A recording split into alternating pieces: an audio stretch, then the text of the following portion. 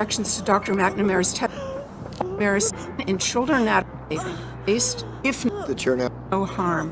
I have been taking care of patients for 45 years. I'm going to use my time to respond to Dr. McNamara.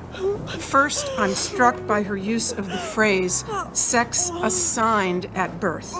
Sex is not assigned at birth. Sex is established at conception, and it's recognized at birth, if not earlier. Dr. McNamara claims that her views are science-based, but to claim that sex is assigned at birth is without any scientific basis whatsoever. Its language misleads people, especially children, into thinking that male and female are arbitrary designations and can change. That is simply not true. Dr. McNamara claims that social and medical interventions are the only evidence-based treatment and that scientific evidence shows it is life-saving. Without it, she's warning us, kids will commit suicide. Well, a growing number of countries have effectively banned the care to which she's referring. And thank God there's been no wave of suicides or other mental health catastrophes. 3 years ago, Finland placed strict limitations on medical interventions for minors. Sweden did the same thing after a 14-year-old girl was found to have osteoporosis and spinal fractures from puberty blockers.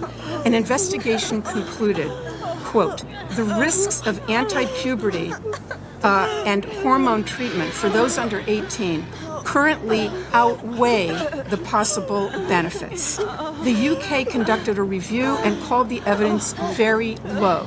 They've also placed severe restrictions on the care that Dr. McNamara calls life-saving. Norway also analyzed the data and has made similar changes in policy. The National Academy of Medicine in France warned, quote, great medical caution must be taken in children and adolescents given the vulnerability of this population and the many undesirable, even serious complications the therapies cause. Doctors in New Zealand and Australia have published similar statements. Is Dr. McNamara suggesting that all these countries are rejecting evidence-based treatment and placing their kids at risk of suicide? Regarding that point of view, Finland's gender expert, Dr. Rita Kaltiela, said, quote, it's purposeful disinformation, the spreading of which is irresponsible. All 7 countries, and Florida too, of course, concluded that kids don't need their development interrupted, the girls don't need their periods stopped and their voices lowered, and the boys don't need to grow breasts.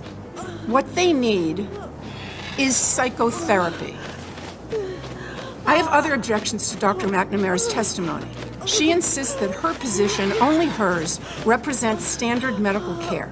What she doesn't want you to know is that there is no standard. There's a debate. There's a fierce debate. And on the side opposite her stand such prominent figures as Stephen Levine, Kenneth Zucker, Paul McHugh, and James Cantor, among others. These doctors are giants in the field. They have been treating transgender